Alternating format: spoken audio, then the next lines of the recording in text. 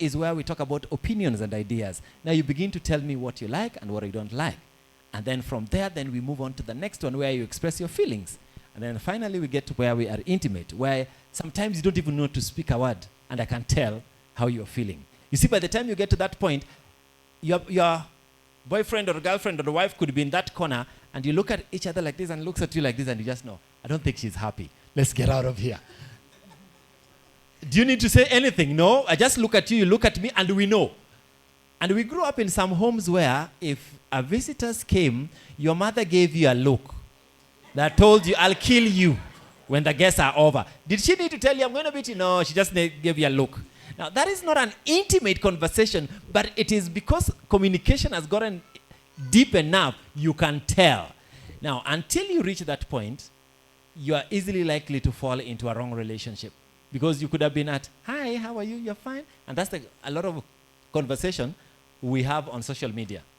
I poke you, you poke me, hi, what's up? I'm good. You're sour? Okay, sour. All right, that's good.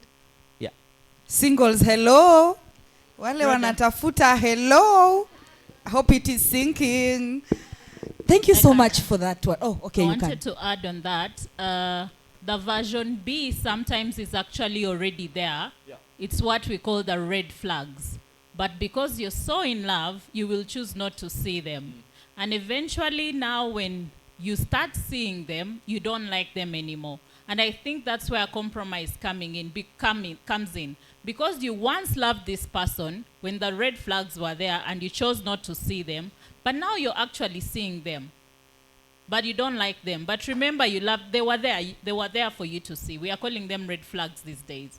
So that's the version of B that existed, but now it's becoming a reality for you, and you're starting to realize, I actually don't like it. Yeah, so sometimes the person is actually being themselves. Thank you so much. To the married couples, maybe they fell in love. One didn't know person B, C. 5 children down the line, they have found person B. They have to move on, I guess. Maybe they'll break up, I don't know. But how do we solve the conflicts that arise from meeting person C instead of B? I'm just asking how to solve conflict in marriage. She has 15 years experience. That you officiated. I must have done something good. I didn't say if I'm going strong. Anyway, I think conflict, you start with communication. A lot of us do not know how to communicate. So what happens? Let me use self-disclosure. Earlier in my marriage, my husband does not talk. He does not communicate. It doesn't matter what tone I used. It doesn't matter what time of the day I approached him. It doesn't matter whatever I did. He would just not communicate. So some of us, in an effort to try to communicate, you start off with the wrong tone. That's already a setup for the other person to start defending themselves. And in psychology, we usually discourage couples from using the words like you did this, you did that, you do this. It sounds like an attack. So in an effort to communicate, because any issue, it escalates from the tone that you approach the other person with. So conflict can be solved with effective communication. When we talk about effective communication, how are you approaching this person? The timing. Someone is from work, they're really tired. They just want to rest, but you keep insisting, we have to talk about this right now. So it's always good to have some kind of emotional intelligence to look at the timing and the tone of bringing up this issue. So for my husband, how I managed to get him to communicate, that's just me. It took time. It takes time. Because remember, you've grown up in a home where all products of our upbringing. If no one ever taught you how to communicate, you're not going to wake up and start communicating the right way. No one is going to teach you that. That's what makes marriage very difficult. No one prepares you how to communicate, how to resolve issues. Probably you've grown up in a home where if there is an issue, it's just violence. So probably that's all you know. So what happens now, you're meeting this person and there are issues that you need to resolve. So when I talk about healthy communication, regardless of the other person's resistance, if you keep approaching and keep using, change, remember, starts with you. So you're both not communicating, but if you try putting the effort on your part, eventually maybe this person meets you halfway. So we're talking about tone, we're talking about timing, we're talking about even taking time off, what we call the silent treatment. In this silent treatment, how are you handling the silent treatment? Have you decided I'm going to be silent? No food, nothing goes on. You can still do your silent treatment in a respectful way. So just learning the art of communication will help resolve conflict. Because some of this conflict, it's not so big, but failure to communicate, they keep building, and then it leads to resentment. And when you look at the issues, we have people saying, they're not even that big of a deal. But guess what? Because they've accumulated, then resentment kicks in. So for me, I would go with learning the art of communication with empathy, understanding your backgrounds, both of you, that you're just learning this thing. No one has taught you. You're not experts. You're both trying to learn. And also asking your partner the expectation of what communication means to them, how they would like to address issues, so that you know what their expectation is and what works for them. Thank you. Well, conflict is part of relationship because it's evidence that both of you are seeing the same thing differently.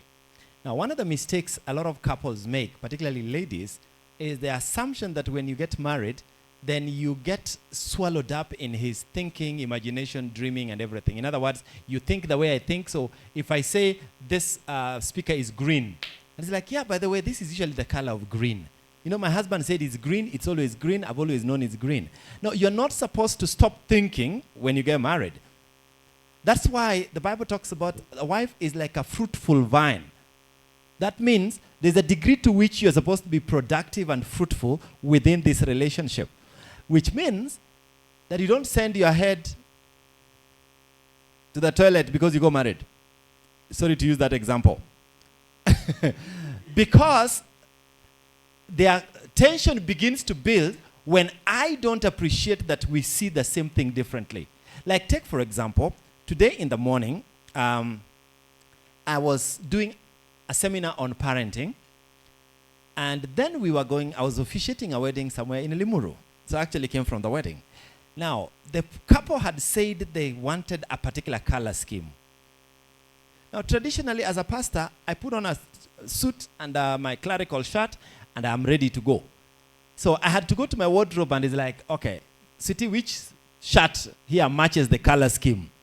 Then I said, you pick what you think, because she showed me. Then I picked this one. I said, is this one good? He said, yeah, I think this is okay. And we agreed. Now, 99% of the times, men, we have a problem with colors. All right? Now, there are some people that it is so bad, and I've done this. She'll tell you when I did their counseling, first I would have groups, and then we go on one-on-one. There are couples who will say, since I got married, I have never chosen my clothes.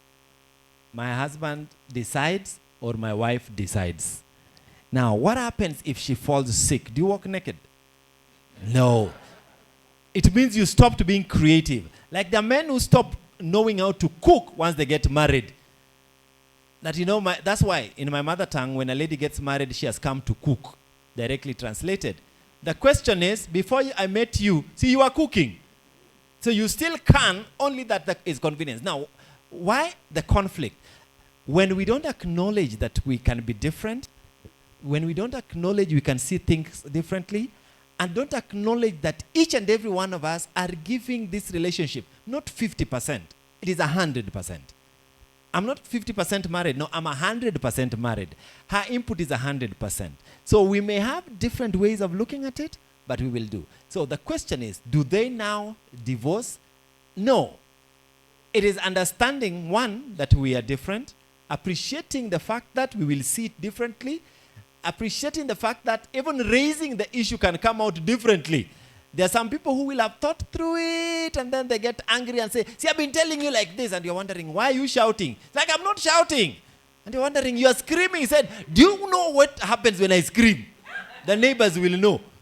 Then one person has to lower down their voice. Now, one of those two, intelligence, emotional intelligence, or the smarter one, lowers their voices.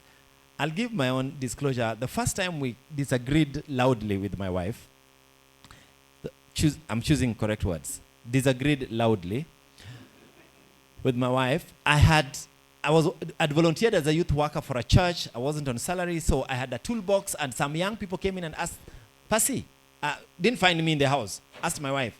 They used to call, Mom, could we borrow Percy's toolbox? We want to fix some things in church. She went into our bedroom, removed the toolbox, gave them to them. And they went. Now, when I came back, I didn't know they had taken this. So I come back and say, hey, by the way, have you seen my toolbox? He said, some of those kids of yours came and took the toolbox. Said, what do you mean they came and took the toolbox? I said, yeah, they asked me for the toolbox. I thought you were with them. I said, no, I wasn't. Then I asked the worst question I ever asked, and I regretted the rest of my life. And it was simple like this. You mean if anybody came here and asked for anything, you'd give him? Now, for men, that is a simple question. We are talking about the what? The toolbox.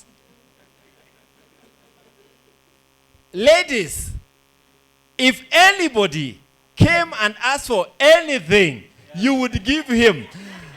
For ladies, they've moved from the toolbox. Are you getting the point? And that particular conversation happened around 8 o'clock. And we exchanged a few words. I said, no, I didn't mean. He said, what do you mean anything? I said, no, I meant the toolbox. He said, no, you didn't say the toolbox. You said anything. And anything in this house, I don't see anything here. I'm the only one that I can see around here. And so I couldn't apologize because I'm the one who was offended. And she couldn't apologize because she was insulted. So at 10 o'clock, she said she's going to sleep. Now, we'd just gotten married in 2000. So she went to the bedroom. Me, I'm sitting in the sitting room.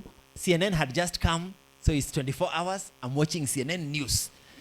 So I'm very busy in the sitting room watching TV. So at 4 a.m., I decided, let me go and sleep. So when I opened the door, she was sitting on the bed. And then she looked at me and said, can we talk? Now, I had been told that when a lady says, can we talk, it's a polite way of telling you, shut up and listen. So I said, okay. First, I apologize for having let go your toolbox. I was offended. We apologized. It took us 7 minutes to apologize to each other, and we made a covenant on that day that, number one, we will never sleep if we disagree. But we can agree to disagree, but then agree that we are disagreeing and say, can we pick it up tomorrow? Because one rule we must do. I must say good night, I love you, and when I wake up in the morning, I ask you how your night was. So if we disagree and didn't wish each other, I love you, there'll be a problem in the morning. It was a conflict, but we agreed to work together. So every couple needs to make that resolution that let us do the best we can to agree to work together through the fire, through the storm, through the rain, and through the snow. Tupige makofi hapo. Couples, hi. That one is sinking, right? Hakuna kulala kama anything. That is interesting. She spoke about the art. She called it an art of communication. You've brought problem-solving skills. They the only maybe skills or arts that we need for us to keep the momentum in a marriage or in a relationship, especially when conflict is involved. Okay. So you're asking if what's relationship the other option? Skills, yeah. Rather the skills or that we need to solve maybe should a conflict arise. Communication, you've spoken about problem solving. Okay. Apologizing. Or as she thinks and, through, I can... Okay, or continue. People tend to have, there's something we call love language. And I think it's important to find out your partner's love languages. When there's conflict, these love languages can be used to remind your person without even addressing the conflict first that they are loved. For some men, I'll use men and women. For some men, it's food. There is a saying that the way to a man's heart is through the stomach. So if he loves a good meal, even just cooking that meal in the middle of conflict will be a reassurance that yes, there is this issue, but we are still going strong. And for some women like money and gifts, but sometimes it's not practical. Knowing your partner's love language, gifts, money, or whatever it is that moves her soul or moves her heart, just doing that even in the midst of conflict is a reassurance. So there needs to be reassurance in the middle of conflict that this thing is not falling apart. Like he said, as women, we move like, we got from 0 to 100 real quick. We will just be thinking this marriage is ending. He has talked to me like that, like this. He's done this and this. So I think reassurance is also a skill that's important to use in the middle of conflict. Just using your person's love language and being able to show them that I'm still with you. I tell people that marriage is an art and a science. Marriage is an art and a science. When I talk about art, what exactly am I talking about? I'm talking about the ability to use your gifting. Because take, for example, if I realize that, let's just say that she's my wife, I realize that every time I come home, she asks me the first thing at the door, how was your day? Now, I may have had a bad day. I need to understand that for me, is an answer that is important to her irrespective of how bad my day was. But the problem is, does she also know that I may not want to talk? Are you getting it?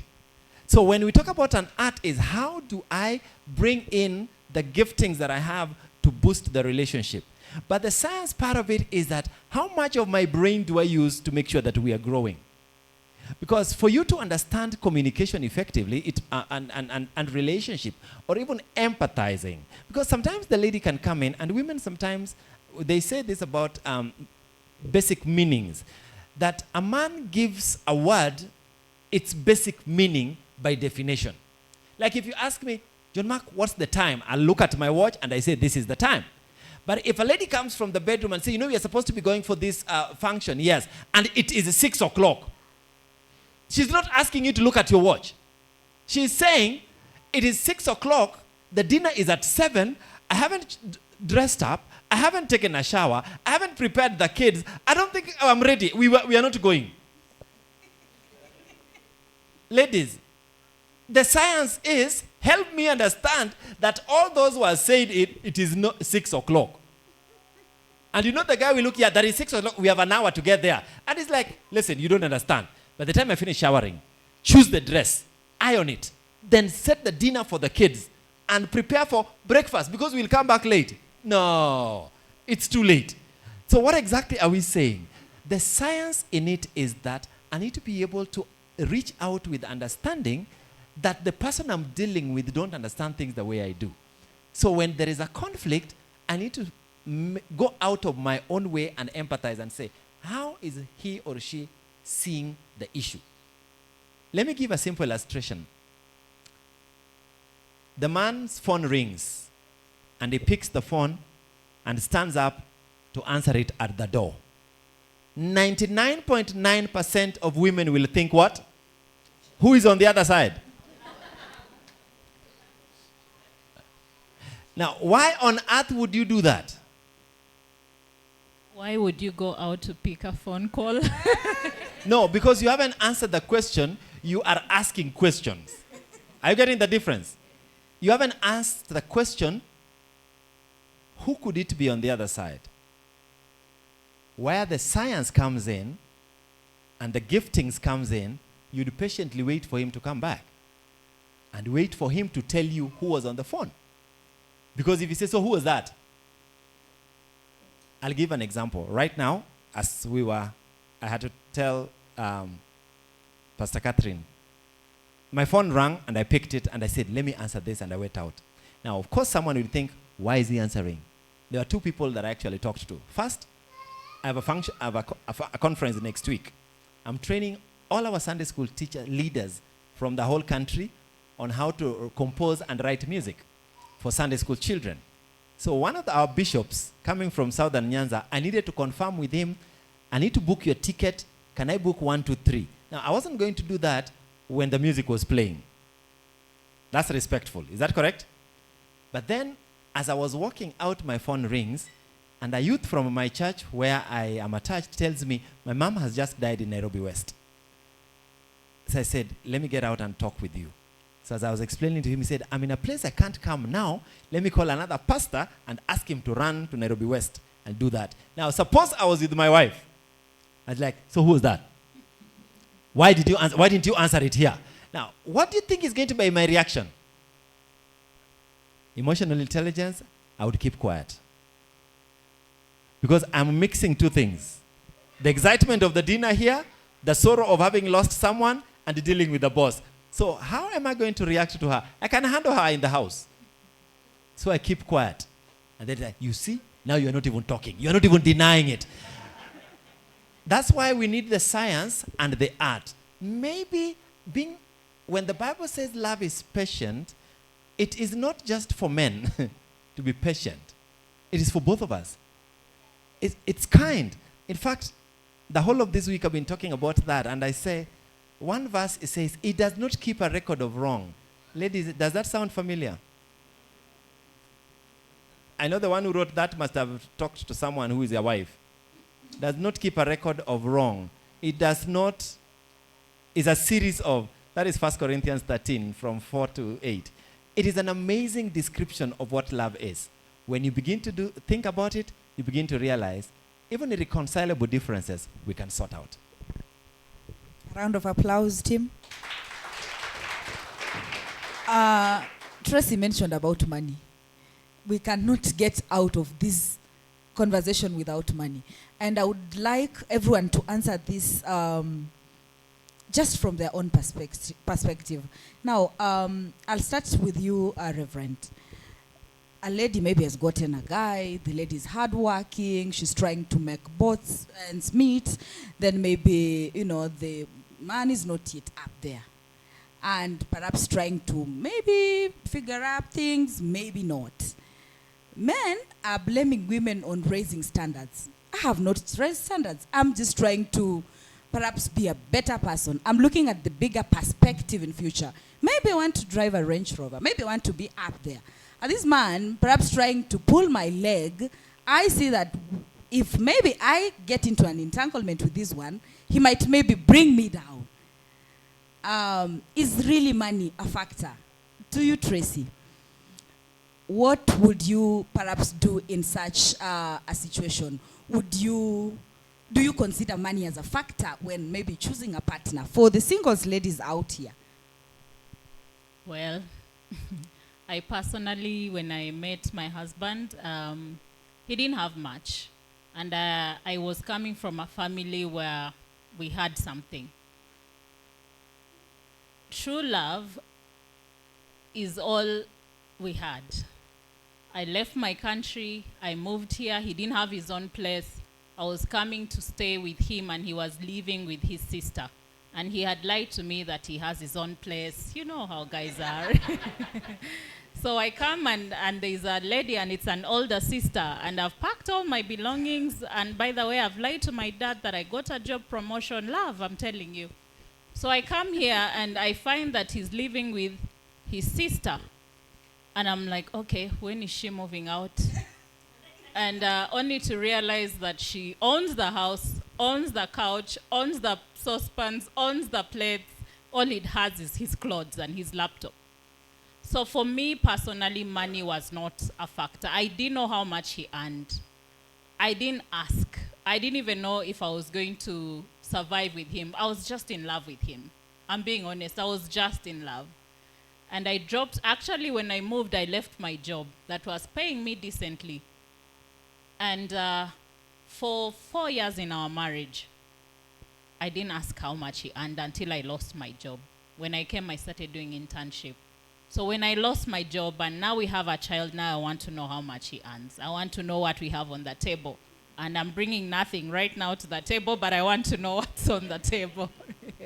So I think it's a personal thing. It depends. What are you looking for? If it's money coming first before the love, I'm sorry, but that could be a red flag. Because what happens when this money is not there? We've had those situations, you meet someone, they are doing so well, and they lose their job. Then what happens then? So I personally believe Definitely, it's important for a man to have money as he pursues a family and a relationship. It adds something to the relationship, and it adds something to the fire in the relationship. And also, women tend to be wanted to be pampered, and they want to know that the man can provide, which is his natural role. But in an event that you find a man and he has nothing and you fall in love with him, then I tend to believe the script shouldn't change, because you actually accepted him and fell in love with him when he didn't have. So it boils down to having an understanding of how this is going to work financially. Again, communicating and looking at the table and who is bringing and who's not bringing, and how are we progressing with this before you actually make certain commitments and you bring in children, and then now things start to crumble. That's my own opinion. Thank you. Well, there are principles I tell people about relationships. I begin with the 7 things every woman wants in a marriage or in a relationship, and there are 7 things a man wants in a relationship.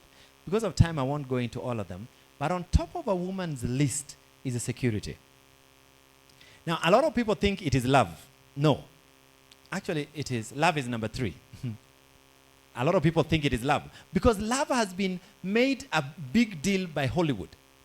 And when I talk about Hollywood, I'm talking about the media. It has made love that, oh, I love him, I have to go down on my knees to propose. By the way, what value does that add to your marriage?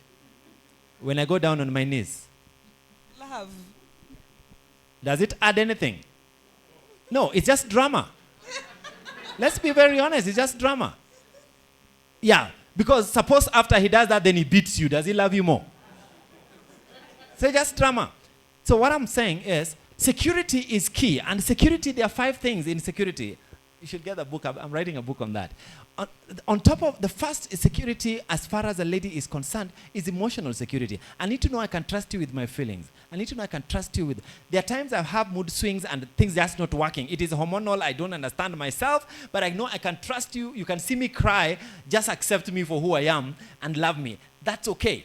That security makes you feel... You'd hate to be in a relationship, let's say Rhodah, that you'd come and tell you, oh, by the way, today I'm feeling so low. Wachana na hiyo mambo ya wanawake. You feel like you've been trashed in the dustbin simply because I don't respect and value that feeling.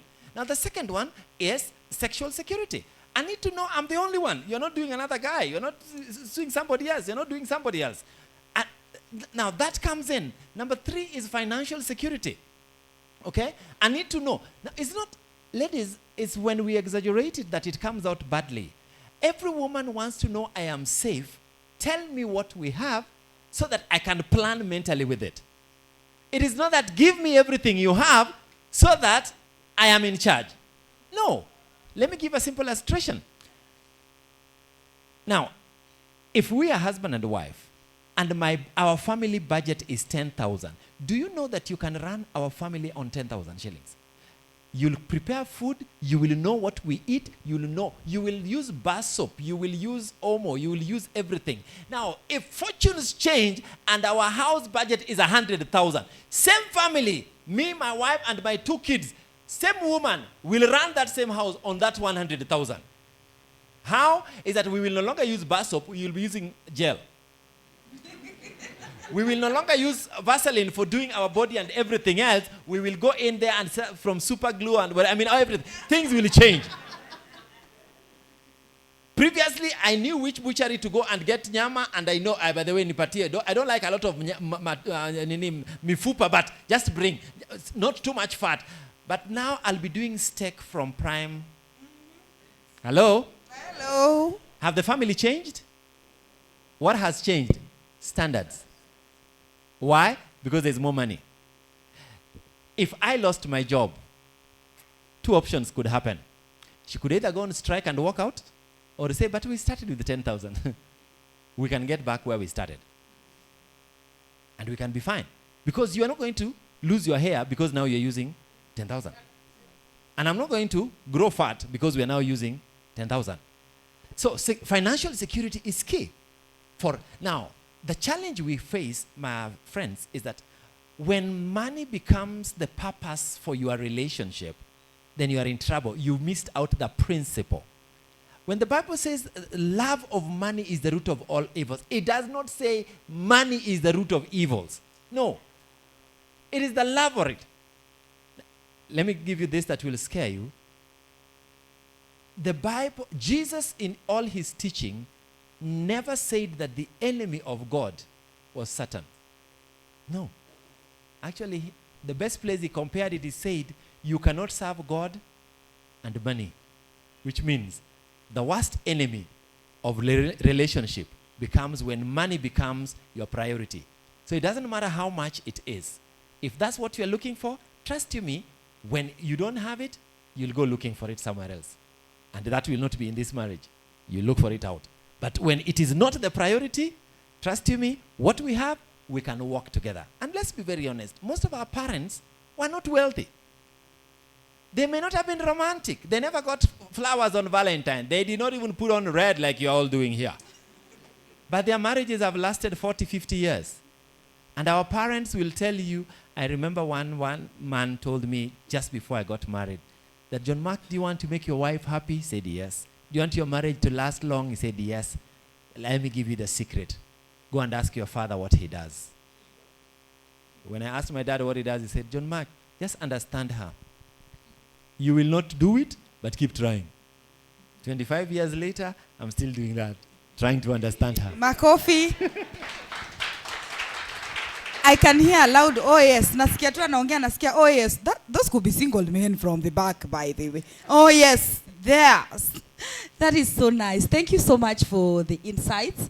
I would also love to understand just a very 30 seconds, maybe an answer on the responsibility. Nowadays, I find even men now are looking for women who would be responsible because them maybe they are not stable and they are worried. So what changed from the responsibility docket that maybe was assigned to maybe the man as the leader, according to how maybe we understand or I understand? Let me ask a simple question as I answer that. I see sometimes on social media platforms, a woman describes herself, I am an independent, financially stable woman. How many have seen that statement? Simple question, independent from whom? From who?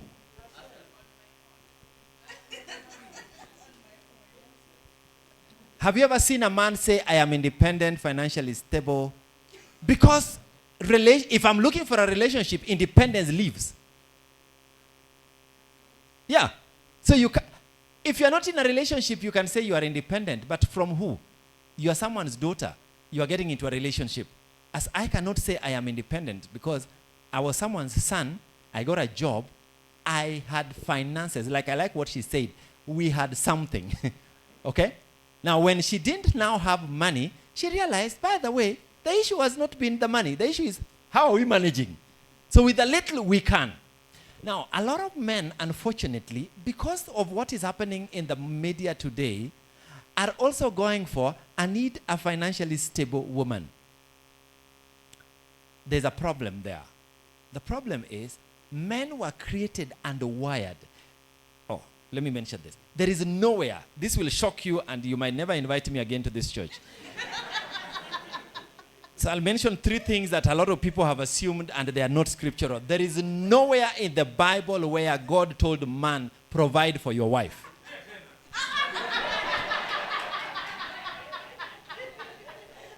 No. There is nowhere the Bible says, man, provide for your wife. No. The Bible says, love your wife as Christ loved the church. Love your wife as Christ loved his own body. Love your wife as Christ loved himself. Now, in loving, the wiring way of a man is that we are wired to go do things and achieve things and solve problems. And in solving problems, we meet the needs of our family. Are you with me? Like a man would go out and build a house. I've never heard of a woman who is saying, I'm struggling with building a house. No, that's our thing. That's our thing. We are wired to wake up and you are thinking, this house is leaking. I need to make sure it's working. It's doing well. When you finish, the lady comes in and says, no, because she is wired not to build the house, but to turn the broken mortar into a home. So while you'll be saying, it costed me 10 million to build this house, she will be complaining. Do you know the rails? The 300 bob rail. That's what I want. I want the blinds, and it is 300 versus 10 million. Really? Is that a fight we should be having? She is wired to make it beautiful. So if we are fighting over, like I tell men, if I ever hear a couple about to get married and single men here, please, she will choose the color scheme. Me, I want it gray. Gray. That gray. The lady will be like, no, me, I want it beige. Or I want it turquoise. And the guy, turquoise is what? Is that a color? Gentlemen, there are things that are in their docket. She will surprise you, and the joy will be even you getting surprised like, man, this girl is fine. So when a man says, I am looking for a self-contained, self-sustained, independent woman, trust you me, you are on the wrong path.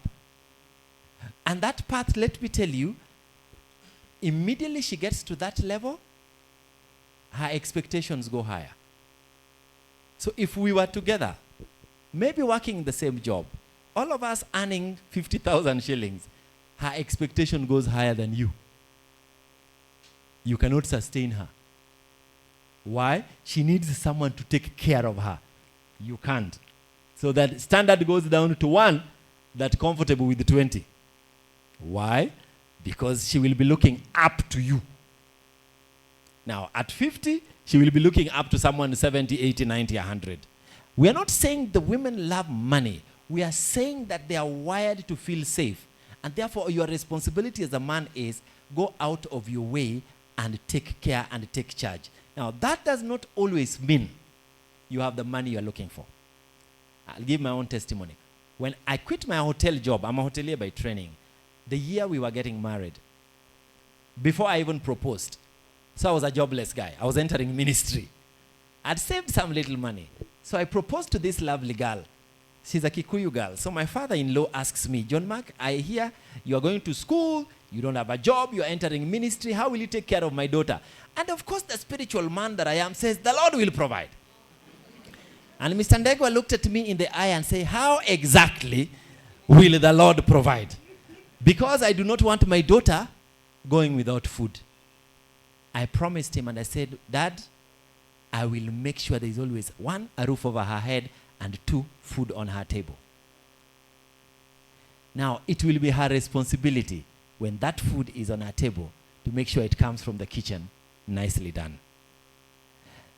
I did not work for 3 years when we got married, 4 years to be exact. I wasn't working. But the man that I am promised the girl I married, I will pay rent. Are you with me? I will make sure I do what? So you take care of food while I'm a student. Number 2, when the first baby came in, I said, where I come from, we are too proud. I will make sure I get a car. So as a student, I looked for money and bought a car. Now, was I earning more than her? No. But was I showing effort, of showing leadership? I was. And every woman wants to know that you will take care of me. So it's not how much I earn. It is how much effort I show in providing leadership to make sure you are safe. Once you are done like that, trust me, even if you don't like me. I'll give you an example. Bill Gates were billionaires with the wife. What happened? The top richest men on planet Earth today, Elon Musk is divorced, Bill Gates is divorced. I can give you a list of all those things. So you'd ask, what was the woman looking for? Was it money? Something more. If you don't provide that, she will be insecure. Wow. Can I add something? Proceed. Just a comment. You mentioned about social media. I think we really have to see what we pick and run with when it comes to social media. A lot of people are selling false narratives on social media, and when you pick it and run by it, you also just imagine, why would someone go on social media to post how they're independent and self-made? They're looking for validation. So whatever we pick on social media, we have to be able to sieve. Most of them are false narratives. And if you're to be keen, no one has a good thing, a good marriage, and they're posting on social media. Most people will want to protect whatever they have that is good. For those that go to post, they're looking for validation and praise and affirmations and attention. So social media is something to be keen and sieve what you take. Thank you so much. Again, for those who are following us live on Facebook, please follow our page as well, because this is Shaurimoyo. We will always bring you goodies. Moving on, I would want to, let's deviate from that point a little bit, and I want us to focus on now a failed marriage, a failed relationship, and one is looking forward to now moving on. They have tried the art, they've tried the skills, but it just didn't work. And now they are into their own world. They don't know how to move on from this entanglement, or rather the marriage or the relationship they were in. How do I pick my pieces, my broken pieces, and, you know, stand on my feet to move on? Okay. I think failed marriage can be really difficult. We tend to think loss and grief is when you lose someone. But anytime you lose something, even a marriage, because grief is a response to losing something. So when a marriage fails, it's important to grieve that marriage. Because when you got into it, I don't think anyone saw it coming that it would end.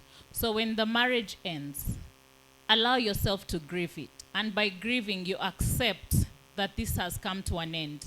Maybe you did your best. And you're able to reflect on that failed marriage. Take time to look at what caused the failure. But when you don't grieve it, that means you're not going to face the reality. So the same mistakes, it takes two to tango when a marriage fails. But it's easier for us to blame the other person and not look at us. Sometimes the other person has a problem as well, but you chose the other person. So if you don't face yourself after a failed marriage and also do some reflection, then that means if you chose someone that was toxic, you'll continue picking toxic people. But if you take time to also reflect, regardless if the other person had an issue, but you chose them for a reason. Some of us get married, we have mother wounds and father wounds. That means we didn't have a father in our lives, so we are looking for father figures in the partners that we are choosing. So when you don't take time after a failed marriage and reflect on what role you played, or what is it that you are looking for, that you ended up in a marriage that was toxic and did not work for you, then you're bound to make the same mistakes. So it's very important after a marriage fails to reflect on yourself, to evaluate and see what are some of the things that maybe you could have gone wrong, and where are some of the areas that you need to improve, so that if God wills and you get a chance to be in another relationship, you're not picking the same person and you're not repeating the same mistakes, and you're more self-aware. Well, I usually say that marriage or relationship is like a tree. It's a living thing that grows, produces fruit, and goes through seasons, different seasons. Now, marriage is like a tree. What happens when that tree is cut? Two things most likely could happen. It could dry. But the other option is, if it lands on a good soil, gets watered, it would develop new roots. But the question is, when you cut the tree, what is it that you disconnected that plant from? From its roots. Which means if the foundation of your relationship was on things that do not go past time, that cannot be tested and tried, the tendency will be, when it fails, you will actually dry up. So number one, take time to reflect. Ask yourself, and that self-evaluation is key. And the best thing I would always recommend, either talk to a friend or get a counselor. Because the counselor will help you go into the depths of where could the rain have started beating you. It could have even started before the wedding. There were red flags you ignored because you were in love. All right? Like, I deal with that couples every time when I'm doing counseling. There are some couples, not many, but there are couples I have told them, please do not get married. Don't. I don't think you're right for each other. One example, just as an example. This couple, they came over, they talked with me, and I listened to their story. We started counseling. After 3 months, I told them, can I make a recommendation, guys? I don't think you're compatible. The lady saw me. John Mark, you are jealous. Oh, nini. You are blah, blah, blah. And I'm saying, my dear, I am married, I have a wife and kids, I am fine. He said, no. Why are you telling us not to get married? Oh, there's something. Maybe the way you are looking at me, I think you have ideas. And I said, okay. I said, unfortunately, I will not officiate this marriage. Then I traveled out of the country. I was away for about 3 months. When I come back, they had gotten married. 2 weeks after I arrived, my phone rings and the man calls me. They'd gotten married a month after I left. And the man calls me and says, can I see you, Pasi? He said, oh, hi, how are you? You okay? Good. I'm in the office. So he comes in and says, hey, so what's up? I see you got a ring on your finger. So you guys went ahead with the wedding? He said, yeah, we did. He said, yeah, but we need to talk. Now, when a man comes to see you for a talk, it means things are very bad. Ladies will come with, I suspect, I think, I feel, I had. But when a man comes in like, Pasi, kumeumana. Now, can we talk? I say, what happened? You know the things, the list you gave us? Yep, they were true. Why am I saying this? One, self-introspection is key so that you don't make the same mistakes. But number two, objectively get someone you can share with. Someone who is not going to judge you, but someone who will listen and help you understand so that you see. Because some of the mistakes could have been you. Because it's not always the other one who had made the mistakes. That's why when you point a finger like this, 2 are pointing the other one and the 3 are pointing you. So you may need to ask yourself, what did I contribute into the failure of this relationship? But number 3, you need to get back to the roots, the principles that kept you going before you met this person. What were the foundations of your life? Because if it was scripture, go back and find out what is God saying about a situation like this. Is it possible there are people in the Bible who messed up? Of course there are many. People like Abraham messed up. People like Noah messed up. People like David messed up. There is nobody I found in the scripture that did not mess up. But you know what? Their foundation was solid. Now, if foundation was solid, then you begin to ask, can love still be there after the marriage or relationship has broken? Love never changed. It is us that changed. It's us that experienced the bad things. It is us that got messed up or got abused. It is us. Can we go back to the love? The Bible says God is love. So if he changes and yet it doesn't change, then I'm having a wrong perception of what love is. So if I understand that the foundation was right, you might be shocked at what God can do. When he changes things, he does not change. Theologians call him the unmoved mover. He moves things, but he doesn't get moved. And that for me is from my own testimony. I'd given God a deadline. I told God I must get married at the age of 25. At 25, I was in college in Italy. And I said I must get married at the age of 30. Now at 30, I was back in Italy doing an advanced course. Then at 28, 25, then 28, I was back doing an advanced course. Then I got a Ugandan girlfriend. I think I remember telling them some times back. And we even set a wedding date, everything done. I visited their family, we visited my family. We know each other, the set wedding date. So we are getting married on 29th of July. So in December, I've gone to Uganda for a mission and a conference. I was a speaker in the conference, and we agreed we are going to the family, blah, blah, blah, blah. Then everybody, all her friends, everybody in All Saints Kampala knew me, and they knew, this is our son. Soon he's going to be our son-in-law. So everybody's telling me, by the way, John Mark, we are coming for the wedding in September. We are buying clothes. And I said, September? So I call her and say, hey, Sweetie, you're getting married in September, me, I'm getting married in July. Are we getting married to each other? I said, oh yeah, I changed the date. He said, you did? I said, okay. So what else did you change? He said, I was just thinking that maybe we could just be friends. And we'd been friends for 3 years. To cut the long story short, that year we were supposed to get married. We broke up on 14th of February, which is Valentine, and my birthday is 3rd of March. So when I turned 30, I was single. So I told God, we are done this story of looking for a wife. Now, if you don't bring, I'm done. I will never get married. They can blame you for not allowing me to have gotten married, and we are done.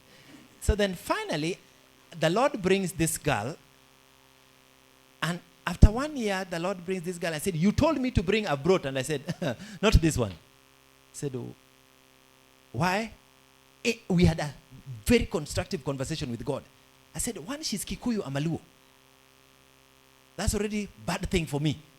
And I said, Lord, and you know that we had just had the Otieno thing. You remember Otieno? Yes. Then number 2, I come from the village. I am a low-class guy like your guy. Down, down, down, down, earth. How she comes from? She was a Nairobian, my friend. Raised in South B. Went to Kenya High. I went to some school, my friend, that I can't even remember. So we had nothing in common. And the Lord just told me, you asked me to bring, I have brought. Sort it out. That day, I looked at her and said, by the way, do you think something between us can happen? And she looked at me and said, me and you? No. One, you're too loud, you are too noisy, you are all over the place. I don't think anything can work. I said, okay, but I'm serious. I'm looking for a wife. I'm not looking for a girlfriend.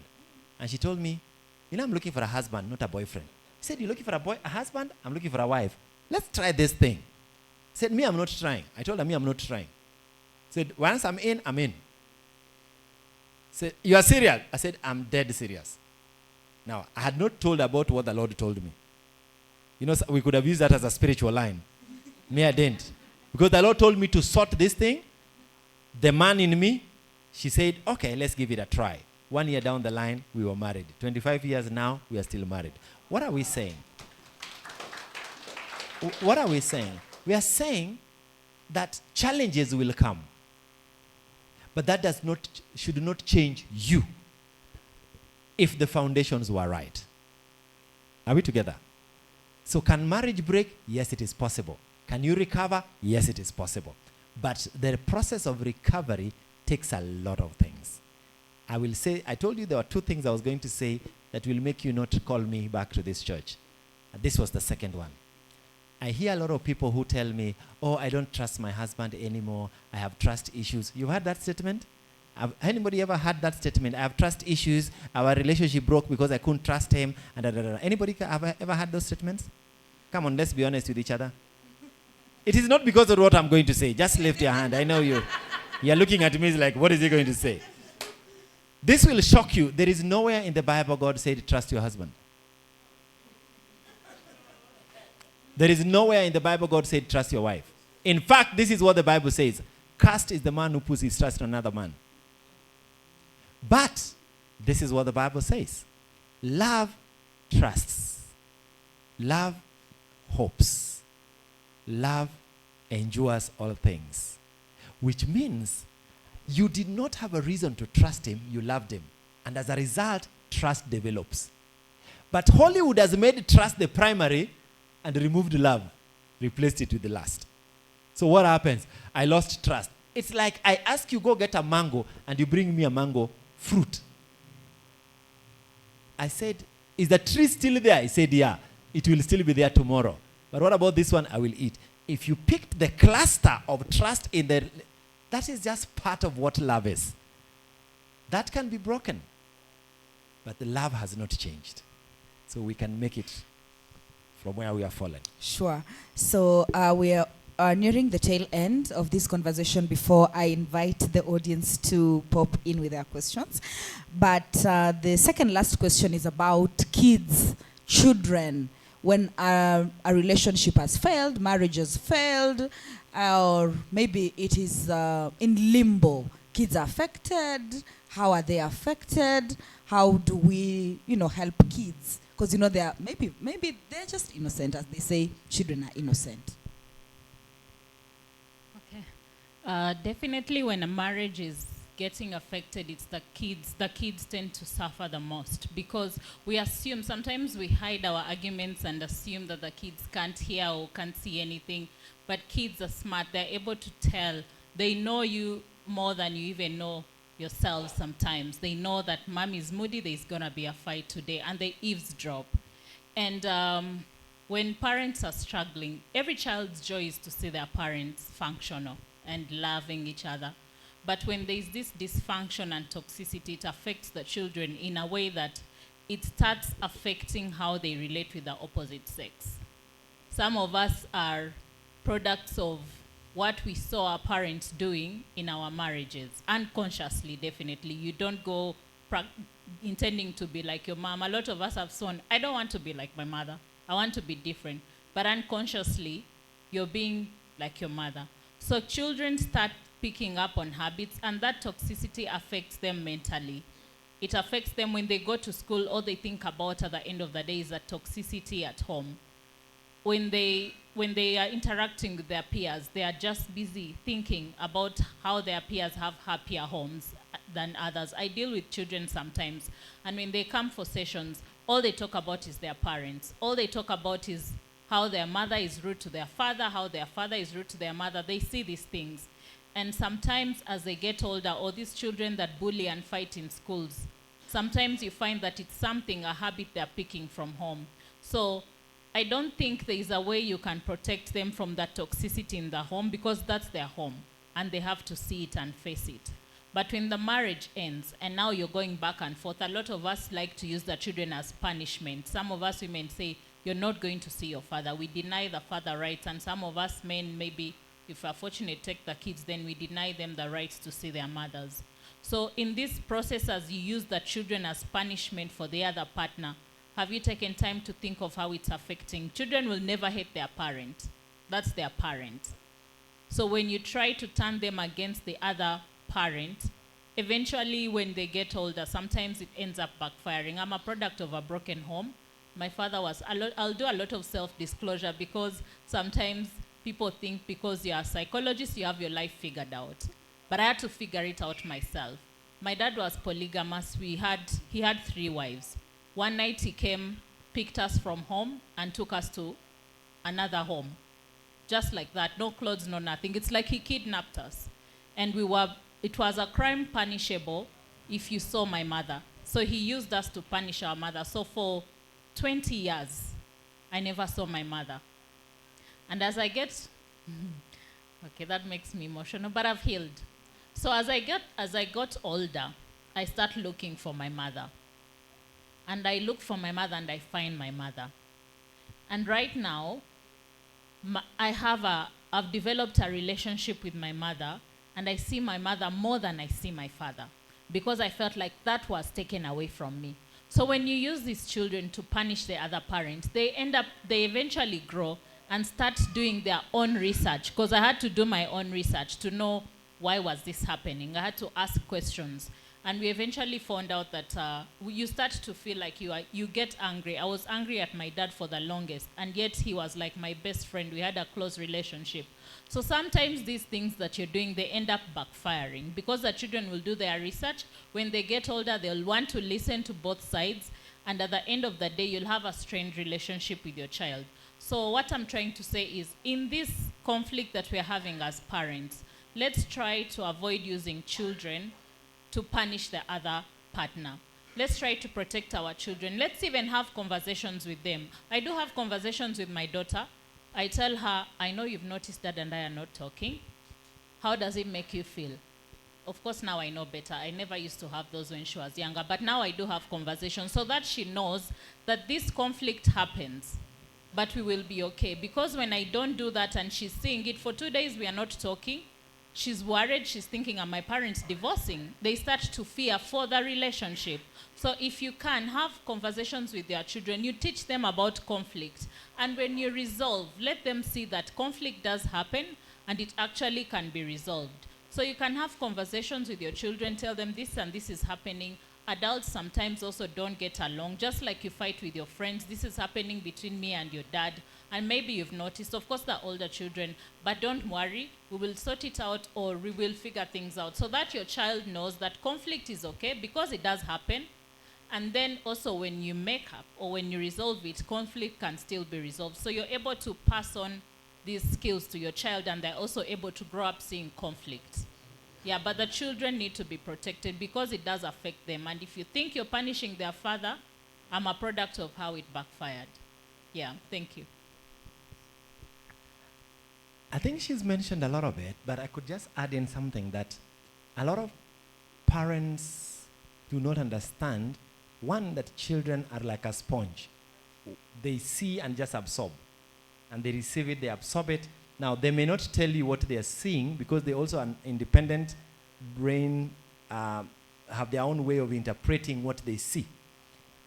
Some will look at you when you disagree and think they're divorcing. That is their understanding, because that's what they see. And that's what they hear. But every parent needs to ask themselves, we got into this together. We have children here. We may not be agreeing on many things, but can we protect the kids? Because if we do, it saves us a lot of trouble, because beyond us, there is a bigger family than who we are. We started 2, but now we are several. That's number 1. Number 2, I think it's crucial that as the children grow, we teach them life skills that prepare them for the real world. Because one of the mistakes we do is that we try to protect our children from the real world. I'll give you an example with my own kids. I have my 2 girls. The firstborn is more like me, laid back and da-da-da-da. The secondborn is Kimbelembele, also like me. But then she's very adventurous. She was actually at Parliament during the Mandamanos, the demo. She actually had just come from Kitale, where I was organizing a conference. I get into the house around 2, and I find 15 young people in my house, all classmates from Strathmore. He said, "Hey, Dad, by the way, we are going to Parliament." I said, "You guys are serious?" He said, "Yup." She's the one talking. "Yup, we're serious. You guys can't go. We will represent you guys." I said, "Okay," because I realized we were not going to fight over that. So I said, "Okay, let's pray together so that God protects you." So we all held hands. We prayed together, and I asked for protection. And I said, "Okay, let's agree on one thing. What time are you guys coming back?" He said, "Dad, we'll come back when everything is over." I said, "I need a time. I need a time schedule." He said, "Okay, we will be back before 8. I said, "Okay, 8 is a little late." He said, "No, Dad, we will be back." He said, "Now, make sure everybody is back. Whatever happens, make sure everybody is back." So everybody promised. So I got the boys. "The boys, you are the leaders of this group." He said, "No, your daughter is the leader of the group." He said, "Where are the boys? You lead the group. Make sure everybody comes back." I stay in Nairobi West. They went Nyayo, reached Kaburini, they reached there's a Arubis. They were seeing Parliament like that. The next thing, they got tear gas, and 3 people got shot and died, and they turned up, and they had agreed the strategy was that in case we are all scattered, we meet at our house within 15 minutes of that scattering. And that was around 2:30. Exactly 4:30, they were back in my house. So I said, "Hey, are we all okay?" He said, "We are." Because that time, we are chatting with her. It's like, "Send pictures. I need to see. I need to be present." So they would take pictures, show us. Da, da, da, da. The idea is that she thought they were sending pictures to prove they went. I just wanted to know she's alive. That's what a father is supposed to do. All right? Now, today she's doing internship in Mombasa. Now, the reason why she agreed to go to Mombasa is that I want her to learn, and she's my lastborn, and I'm a lastborn. So you can guess my daughter, we are favorites. But I realize I'm not going to be her protector and guardian for the rest of her life. So I need to teach her how to survive, how to be alive. If it was a boy, it would have been easy. I can tell him, "Go and stay in Githurai." Now, some of you might be like, "Githurai, John Mark, are you serious? If you can survive Githurai, I lived there once. You can survive anywhere else." Now, I'm not trying to tell my boy to go and become a thug. No. I'm just saying life skills. Now, my daughter has been in Mombasa. Every night we talk. And she tells me, "Dad, it is hot. And these guys are slow. I mean, the guy can come and ask you, 'How was your day?' for 30 minutes. And I'm in a hurry going somewhere." I said, "It's learning how to deal with people. When she comes back, she'll have learned life skills. How to be patient, which she never used to."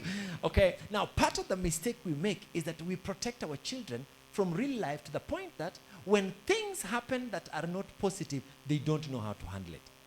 Okay? So before we get to the problems that they will face, can we walk with them, teach them real life experiences, teach them responsibilities, teach them things that they must do. Like I know people who have got kids who are 18 and 19 and can't cook. Why? I have a house help. We pay the house help, so why should my children cook? Trust you me, that child will not always have a house help. Mine goes in the kitchen and cooks. And they complain, and I say, "When you finish, we will eat your food and appreciate." There's one who is dating right now. And because I'm still a father, and he's a Gen Z, you know what could happen. So the strategy was, "I don't want you guys out late in the evening away. Why don't you guys, because we come home late, you guys can come home, you can go and cook in the kitchen." That's very romantic, isn't it? You and him in the kitchen cooking. And it's like, "That, by the way, that's not so bad. She hates cooking, but the guy likes cooking. So the 2 of them are in the kitchen cooking." Hey, I am being the smart dad here. I know they are at home. So because they are at home, I know they are safe. Anything could happen in my house, but at least I know where they are. Hello. So they're learning to cook. They are evaluating their friends, their friendship, but they are also playing it safe. Because today, by the way, they can tell you, Dad, I'm in number 3, I am coming. Where exactly? I am on Uhuru Highway. And that time he's in Kino. See, that's possible. That's possible. But he's like, Muko wapi? I'm at home. He said, okay, sawa. Are you guys cooking? He said, yeah, by the way, today we are trying a new recipe. Thank God. She's learning to cook, and the boy is getting familiar with me. When I come in, like, hey, how are you? Fine, you okay? I don't like the boy, but he likes my daughter, so I have no option but to like him. So we become friends. We have become what? Friends. Are we together? So how do we deal with when things get bad? We still must work with our children and understand it that it is not about us. I'm an adult, I can handle it. Can I help them understand the situation? Amen. Sure. The very last one. Okay, round of applause. The very last one is about... I'm hoping he will not watch the... We are live, remember? And it will be live on my Facebook as well. But Gen Z are not on Facebook, so I'm okay. Well, wanasema ni ya wazee hiyo, millennials. Yeah, so for those who are following us on Facebook, if you have any questions, you can just write on our page, and one of the technical person will forward the question and we'll be able to answer. But this is the very last question before now we open the session for questions from the audience. Trusting that we have covered a lot of questions, so I don't really expect much because we are out of time as well. But the very last question is about you've healed, you are set to move on. Maybe you had a failed relationship, failed marriage, and unfortunately kuna wengine wamefiwa, labda mchumba wake alikufa, labda, sadly. You're ready to move on, but now there's a hindrance. I had a friend of mine who told me that she's struggling moving on because of her son. And she was telling me, my son is all over his father. So I don't know how I'll introduce him to this other man that I want to go stay with him. And again, my mother stays in the village. I don't want to take my son to the village. And most of the time, the son is asking about, when are we going to see daddy? When are we going to see daddy? So I would like your opinion on, I'm set to move on. I've healed from a failed relationship. I've healed from the loved one I lost. But now there is a hindrance, specifically children. I keep forgetting because you seated there.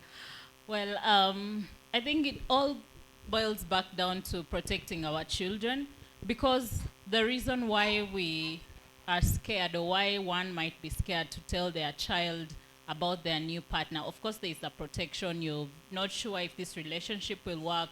You don't want your child to establish a bond with someone and then eventually maybe they're out of their lives. So there is that fear. But then if your child, and I know that for some kids, they're happier for their parents to move on, to meet someone. There are kids who actually ask their parents, when are you going to get someone? Because eventually, as you get older, this child you'll be in an empty nest where there's no children, and because you are trying to protect your child, and then you end up being alone, and then you're so involved in your child's life. So it's just having conversations. So your child needs to know that the marriage ended. We are just co-parenting. And when you meet someone else, they need to know that you've met someone else. Maybe you're dating or you're just trying it out. Because when you don't tell your child this, you leave them confused. Because they see this dynamic, you're single, then the father is single, but now you've met someone and you don't feel the need to come forth with your child and tell them what's happening. I think it's important to have conversations with your children, because why we have some people stay in abusive relationships, it's because they watch their parents stay in the abusive relationships. So for them, it's normal, it's a norm. So if a man or woman is in an abusive relationship, they watched it happen, so that's what they'll stay in the abusive. So if you show your child that this ended, but you can be able to move on, because at the end of the day, it's the lessons you're passing on to your child. If they see you be able to pick yourself up and start another relationship, then in future, let's say they were in a dysfunctional relationship, they know that my mother left this relationship. She was able to move on and meet someone else. Because for some of the people, it's fear of being alone. But through this, you're like a living example to your child. So having conversations and being able to let your child know that I'm no longer in this, but I'm trying this, so that you don't also hide while you're dating. As long as this person maybe is not coming home prematurely into the house, but your child needs to know that you're actually trying, you're going out there, you're dating and seeing other people because this did not work. So when this ends, a conversation needs to be had. And when you're trying out and starting so that if it matures into a proper, stable relationship, when you come to tell your child, they're at least aware. But a lot of us just want to protect the children because we think they don't know. But you can actually be a good example by having honest conversations with your child. Times have changed. I know we're all raised in times where you could not have such conversations with your child, but now our children see these things on social media, they hear about them from their friends, they know about all those things. But maybe the safest way to have a conversation always in these sensitive topics is to first gauge what your child knows so that you don't add more information that they already don't know. You gauge what your child by asking them, what do you think about this? Then you can get a response and then decide what you want to share and to what extent. Thank you. Now,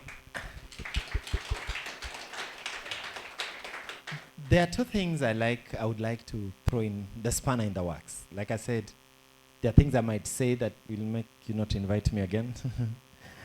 One of the things I learned as I got into a relationship and finally got married and I've become a father now is that there are things I owe myself. I owe me. And even I don't have to explain them to my child as a parent. But there's a conversation I can have with my child at their level. And there's a conversation I have with my employer at his position. Are you getting it? So there's positional and relational. All right? Now, let me start with the relationship hasn't worked. I need to owe myself the healing process. Nobody will do it for me. Now, that sometimes requires, like I said, talking with myself, talking with a counselor, going for prayers. Yeah, you'll go for Kesha and you come back, but you still need someone to hear and talk to you. So prayer is good, but it's not everything. Go deeper into a conversation. Now, I need to talk to my child, that's relational, and explain, Mom and I are no longer together because of 1, 2, 3. Now, please don't do this. There are relationships, and this is common, sorry, amongst women. Your father died. Or your father left and went to America. He's a bad guy. He's in prison. Well, the truth is we just went separate ways. I was dealing with a case where the father came back after the boys have reached 25 and 23. And he said, but Mom told us you died. And we've mourned and we moved on. How do we reconcile with a mother who lied? Like her case, it will backfire against you. So sometimes it's just being practically but maturely saying the thing hasn't worked, and as parents, we are handling it at this level. That's phase one. So that the child knows you'll be able to meet Mom or you'll be able to go see Dad, but know that the two of us are no longer together. You see, then that child begins to ask, what does it mean you are not together? Based on their age and maturity, we can explain as we go. That's number one. Number two, there are people, sorry again with the ladies, who because of fear of dealing with confrontation and answering a lot of questions and the fear of starting again are stuck in this thing of, I don't know whether to accept you because I don't know what my kids will say. So you are ready for a relationship. There's a guy interested in you, but you're scared about the children. Now, there are two things that women oftentimes get very scared of. Number one is the fear of what the child will react, but the second one is loyalty to the family you are married to. It's like, oh, the mother-in-law really loved me so much, and she loves the kids. And so if I think of someone else, what will they think of me? And so let me just stay single. By the way, like I said, I'll tell you, you don't owe them a thing. You know why? Because before you met the person you broke up with, you did not ask their permission to start. Now you need to deal with you so that you prepare. Because if you don't psychologically prepare and deal with it like she keeps saying, you will carry it into the next relationship. But then, like we said, mature, systematically, you handle it. Like, I don't meet her today and tomorrow you're introducing me to your children. No, you don't even know who I am. At that particular point, by the way, you don't even have to tell the kids, there's someone, but I'm trying to find out. No. Keep it away from them. Because one, not only are you protecting the children, but you're also protecting your heart. So once you have realized, John Mark is serious, I think he's committed, he is ready, can he handle my child?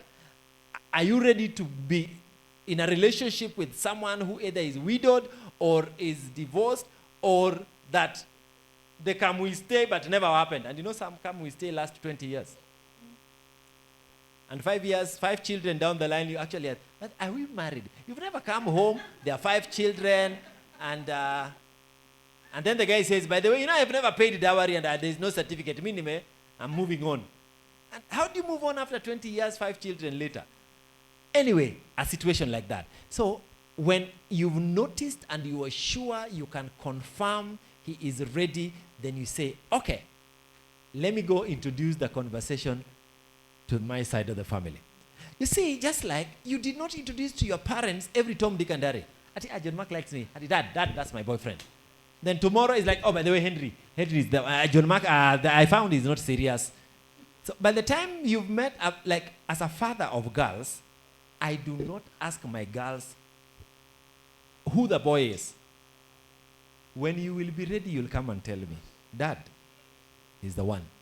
So that every man who passes by my house, like, is he the one? No, that's not my job. Your job is to come and introduce. Like, it took me time after she agreed to take her to meet my father. And when I went, I said, Dad, this is the one. Now, funnily, I have a very funny father. My father could speak Kikuyu very well. And he knew I can't speak Kikuyu. They changed the language. And for 2 hours, they korogad Kikuyu. And I was floating. So I decided to take a walk. When I came back, he told me, by the way, when is the wedding? And I said, Dad, you already... He said, yeah, the girl is a good one. This one, if you mess up with, you're dealing with me. When is the wedding? I said, this date. He said, I'm coming. Sort out the rest. I had the support. But try and imagine if every time it's like, oh, we hear there's another, oh, we hear there's a... John Mark, get serious. Your children do not want to know you've dated 4 people before you settle for one. When you settle and you are sure that that person and is ready for the commitment, then you can come in and say, I want you to meet someone I like. And he likes you. He knows about you. So that when he'll be saying, my name is so-and-so, he said, oh, I've heard so much about you. It's genuine. But if you do trust me, your kids will say, my mother is a player. I've seen 4 men in our house. Now, this is what they say. Anything a parent does in moderation, the children will do in excess. I'll repeat that.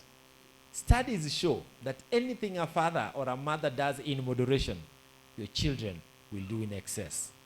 Look at David and Solomon. Choose what to do, choose what to extend to the children. By the way, we will call you again. Usifikiria sisi tunaogopa. Usitutisha. Yeah, so when I was doing research about you on YouTube, of course I did. Thank you. I came across one of your videos and you are saying you're a real man, living in real life and handling real issues. Correct. I was so impressed. The session is open to question, and I think I will only take 3 questions because we are out of time. So my technical person, Timo, you help me. Maybe move the mic around. Nani yako na swali? I want to see, labda wana maswali. One, yes, there's 1 question there. Another one? 2? Yes, 2 questions. 3 questions. So we're only taking 3 questions. Kuna mkono nyingine kule nyuma. You have a question? Oh, there's one online. If there's a question from those who are following us on our Facebook page, I will kindly advise you to write for me and bring it on. In the front, I'll be able to read it out. So you can proceed. Thank you. Who you are directing your question to, if it's both of them to answer or a specific person. Okay, thank you. Good evening. My name is Faith Tande, the sister to Rhodah. I have 2 questions to both of you. What happens when my partner is not talking or adjusting to my, to speak to my primary love language? Because we all know that when we grow up, then we are looking for partners. Our primary and secondary love language, it goes back to how we were brought up. Like a classic example, Sisi, we were not, both our parents were career people. So you wake up, they're not there. In the evening, they're not there. So it means physical touch and quality time. They're going to top the list, primary and secondary love language. So I am a grown-up, I get a man, but up to right now, my parents still gift me. You go home, she's like, I was in the market the other day, I got you shoes. Rhodah can attest to that.